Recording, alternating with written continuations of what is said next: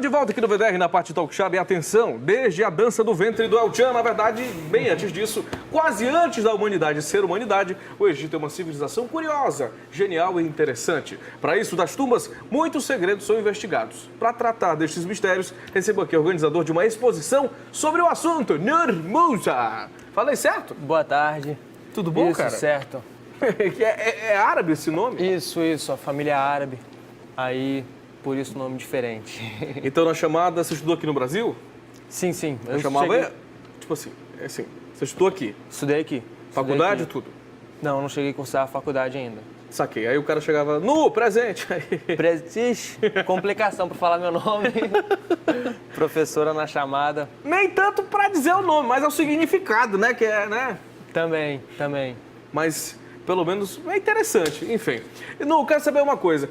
O Egito, né, é muito rico para exposições e tal. Você tá até com uma peça aí? Sim, eu tô com uma réplica aqui da paleta do Namer, que é uma peça que é uma das primeiras peças do Antigo Egito. Ela retrata a unificação do Alto e do Baixo Egito. Foi quando o Egito começou a ser Egito. Saquei. E antes era o quê? Antes ali eram grupos nômades que viviam nas margens do Rio Nilo. E, como sempre foi na humanidade, os mais fortes queriam dominar os mais fracos. E assim foi acontecendo até restarem apenas duas grandes províncias ali, que seria o Alto e o Baixo Egito. E aqui é uma peça que retrata a unificação do Alto e do Baixo Egito. A gente tem aqui frente e verso. Mas, gente, eles faziam tudo isso mesmo assim, na pedra? Isso, na pedra. Nessa época as inscrições eram na pedra.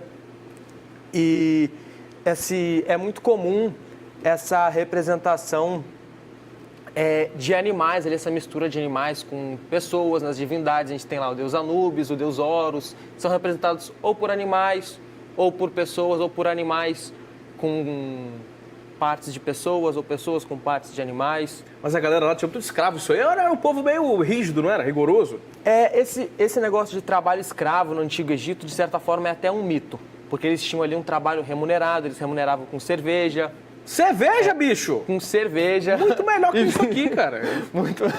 Cerveja e vida após a morte. Imagina você trabalhar não, é sacanagem. Não, isso é mentira. Isso é chegar dizendo que vai receber no céu, meu irmão. Aí já é sacanagem. Aí já é. O cara dava uma cerveja pro cara ficar ligado, pra ficar, né? Vamos trabalhar com gosto e tal, e depois dava essa vai chave, pro céu. Né? Não existe isso aí. Exatamente. É sacanagem. Isso é escravidão também. Você não pode dizer também que isso é um trabalho legal, não. Não é. Mas e aí? A proposta era essa mesmo?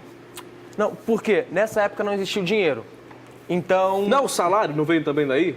Isso, o salário deles seriam ali a cerveja. Só que a cerveja não significa que a pessoa ia beber toda a cerveja.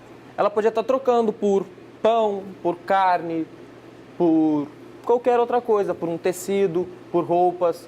Era ali em forma de troca, de escambo. Porque salário vem, lógico, do sal, né? Que era a moeda de troca também e tal. Algumas especiarias, os temperos. Sim. E o Egito sempre teve esse comércio muito forte. Não do jeito correto, mas do jeito que iniciou, pelo menos, essas trocas, essas coisas comerciais. Essa peça aqui, ela gera curiosidade lá na exposição? Bastante. Por quê? No Antigo Egito, era muito comum essa representação de tamanhos diferentes das pessoas.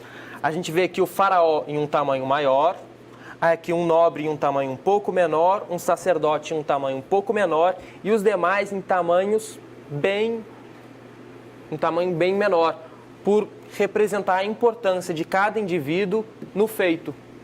Entendi, saquei. No feito histórico ali. A gente vê aqui os inimigos decapitados com suas cabeças entre as pernas. Uma galera tranquila, né? Um povo assim pacífico, né? Bem pacífico. Bem ordeiro. Mas era o quê? Eles matavam pra quê? Chifre, traição, desordem, xingar Deus? Como é que é? Poder. Só para conquistar o... Isso. Porque o Antigo Egito estava dividido ali no Alto Egito e no Baixo Egito, que o Alto Egito é no sul e o Baixo Egito é no norte.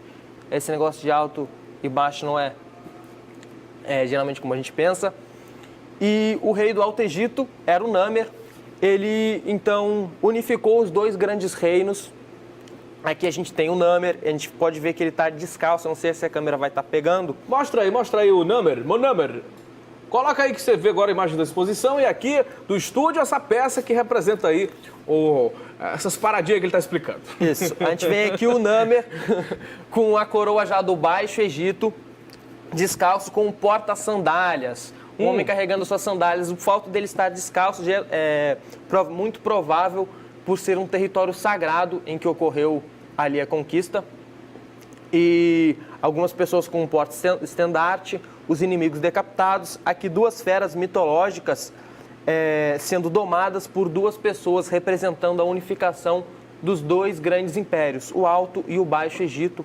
Aqui a gente tem também a representação do touro, que era um símbolo do faraó, subjugando o inimigo aqui embaixo e derrubando a muralha.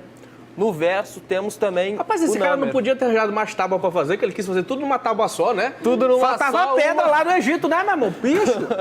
Botou uma em cima da pedra. outra. Mas sabe, manifestações artísticas muito ricas, né? Isso, e que provavelmente são colocadas aí porque é o cara que fez, sentiu impacto nesses comportamentos sociais. Mas o Nur, e acho que a família dele, mais uma grande equipe, está organizando uma exposição lá no Shopping da Ilha. Vamos ver como é que tá sendo? Roda VT. Olha aí, Nur. Cadê? Não tem o moleque falando aí, não? Aí as imagens aí do que está sendo exposto lá no Shopping da Ilha. Isso, é a múmia de um general. Isso aí é o que aí, não? É um sarcófago cananeu. Foram os primeiros habitantes da Terra Santa, onde atualmente é Palestina, Israel e Síria. E essa tumba aí, meu irmão? Isso aí é de quem? Isso daí é um sarcófago também de uma... Aí são os sarcófagos do filho do faraó Tutankhamon, a máscara mortuária do Tutankhamon. Ela era bonita assim mesmo ou é só miguelagem? Que é bonita Olha, essa imagem, né? Muito... Ali era muito rico em detalhes, né? Só que, por exemplo, a Cleópatra não era bonita, não. Era bucha mesmo? É. Canhãozão? É. Certeza? Isso daí é mentira do pessoal. A madrasta do Tutankhamon era bonita, a Nefertiti. Mas as mulheres no Egito, elas tinham igualdade com relação a direitos sociais, essas paradas assim? De uma certa forma, sim, porque elas iam em bares, existiam mulheres militares, inclusive teve uma faraó mulher, a primeira mulher a governar o império no mundo foi no Antigo Egito, a faraó Hatshepsut. Mas você está falando de bar, essas coisas assim do mundo ocidental. O que foi que surgiu no Egito que a gente pode ter como criações próprias daquela região? Bom, por exemplo, o papel. O primeiro papel foi o papiro egípcio, eles mantiveram o monopólio por um longo período do papel, era uma moeda de troca, eles trocavam por marfim, por exemplo, era um material que não tinha no Antigo Egito. O lápis lazuli, que é uma pedra muito utilizada, não se encontra no Antigo Egito, eram materiais importados. A resina de ébano, que também era um material importado, que usavam no processo de mumificação. A medicina se inicia ali também no Egito.